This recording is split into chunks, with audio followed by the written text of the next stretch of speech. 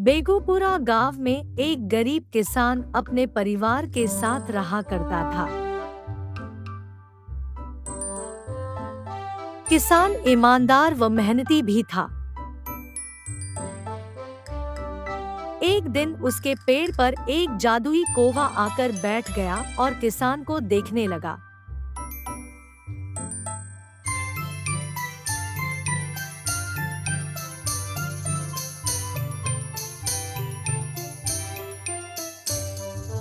और कौवा से मित्रता कर किसान के साथ रहने लगा। कौवा किसान से दिन भर बातें करता रहता था। किसान रोज सुबह उसे खाने के लिए पहले कुछ देकर बाद में खुद खाता था। किसान खेत में चले जाने के बाद कौवा रोज उड़ते उड़ते ऋषि के दरबार तक पहुंचता था और दरबार के बाहर जो नीम का पेड़ था उस पर बैठकर ऋषि की सारी बातें सुना करता था। शाम होते ही कौवा उड़ता हुआ किसान के पास पहुंचता और ऋषि के दरबार की सारी बातें उसे सुनाया करता था।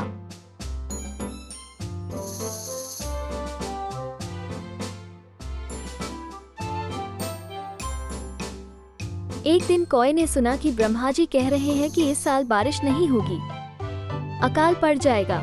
उसके बाद ब्रह्मा जी ने कहा, पर पहाड़ों में खूब बारिश होगी।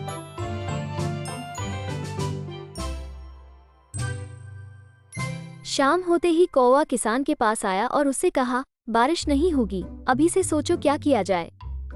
किसान ने खूब चिंतित होकर कहा, तुम ही बताओ दोस्त, क्या किया जाए।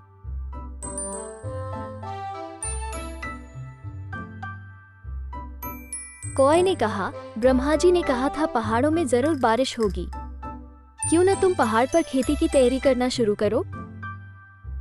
किसान ने उसी वक्त पहाड़ पर खेती की तैयारी की।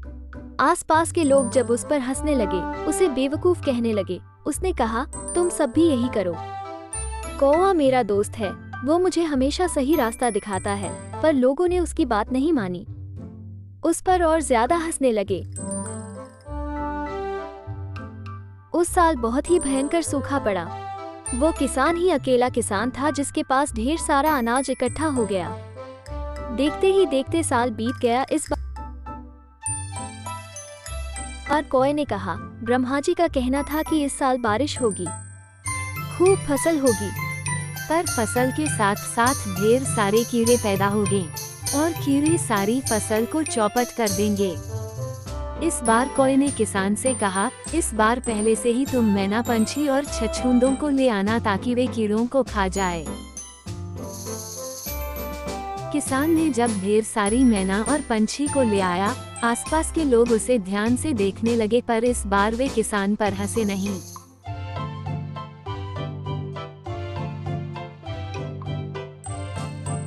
इस साल भी किसान ने अपने घर में ढेर सारा अनाज इकट्ठा किया। इसी तरह पूरे गांव में ढेर सारा अनाज इकट्ठा हो गया। कौवे ने सबकी जान बचाई।